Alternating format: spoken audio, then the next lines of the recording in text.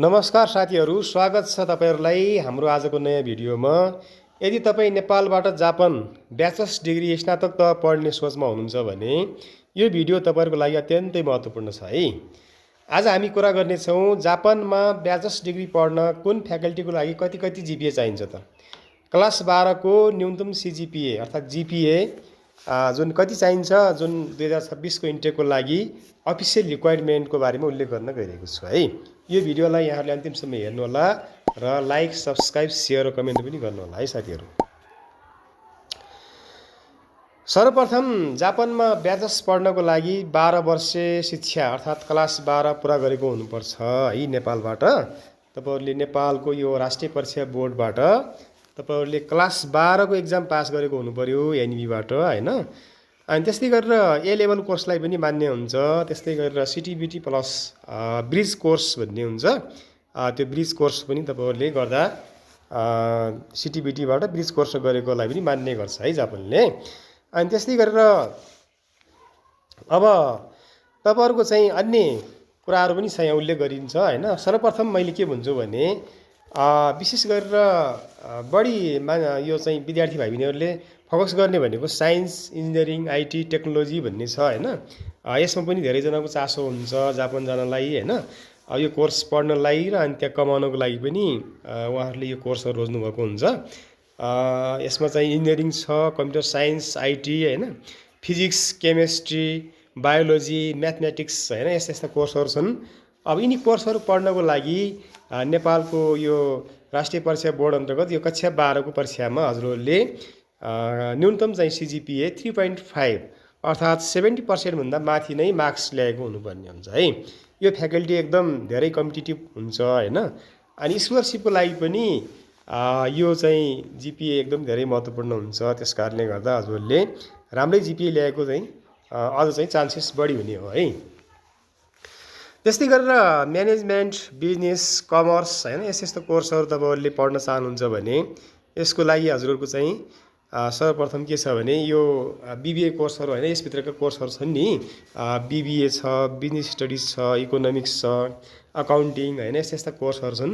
र यिनीहरुको लागि न्यूनतम सीजीपीए भनेको 2.9 देखि 3.0 को रेन्जमा चाहिँ भइ पुग्छ र यसको चाहिँ पर्सेन्टेजको हिसाब गर्दाखेरि 65% है, 65% भन्दा माथि नै हुनुपर्छ भन्ने यो चाहिँ एउटा आधिकारिक एउटा इन्फर्मेसन रहेको छ है। त्यस्तै गरेर यो म्यानेजमेन्ट फ्याकल्टी जापानमा एकदम चाहिँ लोकप्रिय छ हैन। धेरै विद्यार्थी भाइ बहिनीहरूले यसमा काम पनि पाउनुहुन्छ। अनि इंग्लिश स्टाउट प्रोग्राम पनि यसमा उपलब्ध रहेको छ हैन। यसभित्रको कोर्सहरु हुन्। अनि तपाईहरुको अर्को के छ भने ह्युमानिटिज एन्ड सोशल साइन्स भन्ने जुन कोर्स छ, यसभित्र चाहिँ arts, sociology, political science, international relations, history छ, यस्ता कोर्सहरु छन्। र यिनी कोर्सहरु अध्ययन गर्नको लागि हजुरहरुको न्यूनतम सीजीपीए भनेको 2.9 हो अर्थात 65% भए तपाईहरुलाई काफी हुन्छ र तपाईहरु एलिजिबल हुन्छ है त्यहाँ जानको लागि। र ल्याङ्ग्वेज एबिलिटी भनेको इंग्लिश, जापानिज ले अब तपाईहरुलाई अलिकति इम्प्रेस गर्ने भयो भने तपाईहरुले चाहिँ यिनी भाषाहरुमा एकदम ध्यान दिनु होला। जापानिजको चाहिँ जुन भाषाको लेभलहरु छ त्यो लेभललाई पनि पास गर्नुहोस्। इंग्लिश भन्दा पनि जापानिजको जुन जापानिज भाषाको लेभल छ त्यसलाई पास गर्नु होला। इंग्लिशको त्यति रिक्वायरमेन्ट हुँदैन। त्यस्तै गरेर एजुकेसन, ल्याङ्ग्वेज र लिटरेचर फ्याकल्टी यदि पढ्न चाहनुहुन्छ भने यसको लागि जस्तै तपाईहरुको यहाँ के कोर्सहरु छ भने education, English, Japanese language, linguistic हैन, यस्ता कोर्सहरु छन्। यिनी कोर्सहरु स्टडी गर्नको लागि हजुरहरुको चाहिँ न्यूनतम सीजीपीए के हुनु पर्यो भने 2.8 देखि 2.9 सम्म हुनुपर्छ र यो करिब 65% को रेन्जमा चाहिँ यो कोर्स चाहिँ हुनुपर्छ। अनि जेएलपीटी वा आईएलटीएस पनि तपाईहरुले गरे अझ राम्रो हुन्छ। जेएलपीटी चाहिँ गर्नु पर्यो हैन। यिनी कोर्सहरु पढ्नु पर्यो। आईएलटीएस पनि राम्रो भएपछि अझ राम्रो हुन्छ भन्ने चाहिँ जापानमा खास आईएलटीएस त माग्दैन तर जेएलपीटी चाहिँ हुनुपर्छ हैन। अनि यिनी कोर्सहरुको लागि चाहिने जीपीए भनेको 2.8 देखि चाहिँ 2.9 सम्म है। त्यस्तै गरेर एग्रिकल्चर, इन्भाइरोन्मेन्टल फ्याकल्टीका कोर्सहरु छन् हैन। त्यसभित्र चाहिँ एग्रिकल्चर साइन्स, इन्भाइरोन्मेन्टल स्टडिज हैन, फरेस्ट्री छ हैन। यिनी कोर्सहरु स्टडी गर्नको लागि अलिकति जीपीए राम्रै हुनुपर्छ। यसको लागि पनि सीजीपीए चाहिँ तपाईहरुको 3.0 हुनुपर्छ र अनि 70% भनौँ होइन, यो भनेको त्यतिसम्म हुन्छ, त्यति मार्क्स हो भने तपाईँहरूलाई चाहिँ त्यहाँ जानको लागि इलिजिबल हुनुहुन्छ है। त्यस्तै गरेर हेल्थ रिलेटेड कोर्सहरू हुन्छ, जस्तै नन क्लिनिकल हुन्छ होइन, यस्ता कोर्सहरू जस्तै बायोटेक्नोलोजी, पब्लिक हेल्थ होइन, यो ब्याचलर्स डिग्रीमा हुन्छ नि, यस्ता यस्ता कोर्सहरू तपाईँहरू पढ्नको लागि पनि जिपिए राम्रै हुनुपर्छ। यसको लागि मागेको छ सिजिपिए 3.2 देखि 3.5 हुनुपर्छ र यो भनेको पर्सेन्टेजमा कन्भर्ट गर्दाखेरि 70 देखि 75% को रेन्जमा चाहिँ तपाईँहरूको यो चाहिँ जिपिए अर्थात् यसको पर्सेन्टेज हुनु पर्यो। अब एमबिबिएस र क्लिनिकल मेडिकल जापानमा ब्याचलर्सबाट चाहिँ यहाँ त्यस्तो चाहिँ एभाइलेबल छैन होइन, त्यस कारणले चाहिँ यो क्लिनिकल भएन, नन क्लिनिकलको लागि मैले कुरा गरिरहेको छु। यसको बारेमा चाहिँ मैले उल्लेख गरिसकेँ, हेर्नु होला र सुन्नु होला त्यो ध्यान दिएर होइन।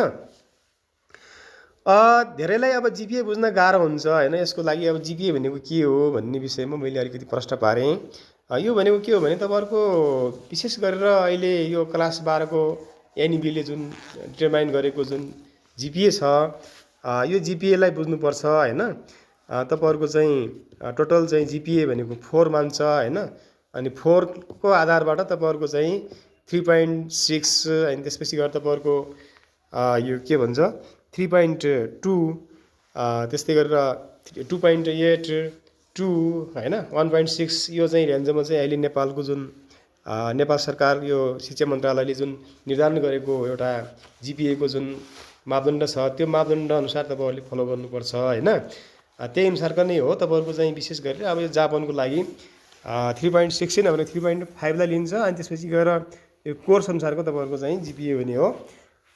जे होस् तपाईँहरूको न्यूनतम अब जनरल कोर्स आफ्नो कोर्स अनुसार हुन्छ। जनरल कोर्सको लागि 2.8 लाई चाहिँ नै मान्छ, जस्तै यो एजुकेसन फ्याकल्टीको लागि लिटरेचर लिङ्ग्विस्टिक यो ल्याङ्ग्वेज लर्निङको लागि तपाईँहरूको 2.8 लाई पनि त्यसले भ्यालिड मानिहाल्छ। तर अलिक साइन्स रिलेटेड कोर्सहरू, अलिकति टेक्निकल कोर्सहरूमा अलिकति जिपिए राम्रो हुनुपर्छ होइन, 3.5 देखि नै माथि भयो भने राम्रो हुन्छ होइन। यो सबै कुराहरू मैले उल्लेख गरेको छु, त्यो हेर्नु होला ध्यान दिएर, अनि त्यो अनुसार तपाईँहरूले आफ्नो तयारी गर्दा राम्रो हुन्छ होइन। त्यस्तै गरेर तपाईँहरूले कन्सल्टेन्सीमा गएर पनि यसको बारेमा यो कोर्सको बारेमा तपाईँहरूले डिटेलमा बुझ्नु होला, त्यहाँ पनि उनीहरूले भनिदिन्छ होइन। त्यहाँ बुझ्नुभन्दा पहिला हामीले भिडियो मार्फत पनि उल्लेख गऱ्यौँ होइन, यसबाट पनि तपाईँहरूले धेरै कुराहरू लिनुहुन्छ, जानकारी लिनुहुन्छ, त्यो अनुसार तपाईँहरू त्यहाँ कन्सल्टेन्सी पुग्नुहुन्छ होइन, थप कुराहरू त्यहाँ पनि सिक्नुहुनेछ भन्ने मैले एउटा विश्वास लिएको छु साथीहरू होइन। र अब तपाईँहरूको के छ भने जिपिए मात्र नभएर ल्याङ्ग्वेज पनि एकदम महत्त्वपूर्ण छ कि हजुरहरूको जापानमा। अब ल्याङ्ग्वेज कस्तो हुनु पऱ्यो भने इङ्ग्लिस प्रोग्राममा आइएल्टिएस चाहिँ 6.0 लाई लिन्छ होइन। अहिले चाहिँ जापानिजमा चाहिँ इङ्ग्लिस ल्याङ्ग्वेजलाई पनि अलिकति यो 2026 लाई त्यसलाई पनि अलिकति हेरेको छ होइन। त्यस्तै Japanese programme JLPT N4 N3 पनि लिन्छ। ल्याङ्ग्वेज स्ट्रङ भए जिपिएमा पनि चान्सेस बढ्न सक्छ भन्ने छ।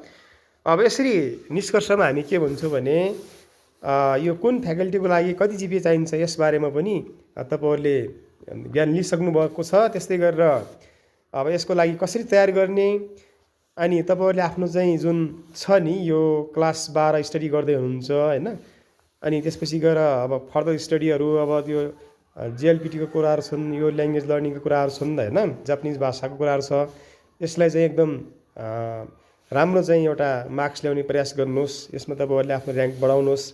क्लास 12 को चाहिँ जुन जिपिए छ त्यो जिपिएलाई पनि तपाईँहरूले अलिकति बढाउनुहोस् होइन। अनि यो जुन अफिसियल गाइडलाइन छ हाम्रो यो जापान जानको लागि होइन, विद्यार्थीहरू जानको लागि पनि जुन गाइडलाइनहरू छ त्यो गाइडलाइन पनि तपाईँहरूले चाहिँ कन्सल्टेन्सीबाट होइन हरेक ठाउँबाट तपाईँले बुझ्न सक्नुहुन्छ। त्यसै वेबसाइट पनि हेर्न सक्नुहुन्छ, तपाईँहरूले विभिन्न वेबसाइटहरू छन् त्यहाँ गएर हेर्नु होला, त्यहाँ फलो गर्नुहोस्, हेर्नुहोस् होइन। त्यसको आधारमा तपाईँहरूले आफ्नो तयारी गरेर जापान जानुहुनेछ भन्ने आशा राखेको छु। यति भन्दै आगामी समयमा पनि यस्ता एजुकेसन बेस्ड भिडियोहरू ल्याएर यहाँहरूमा पुनः उपस्थित हुनेछु भन्ने प्रतिबद्धता गर्दै बाचा गर्दै म बिदा हुन्छु। हवस् त, नमस्कार।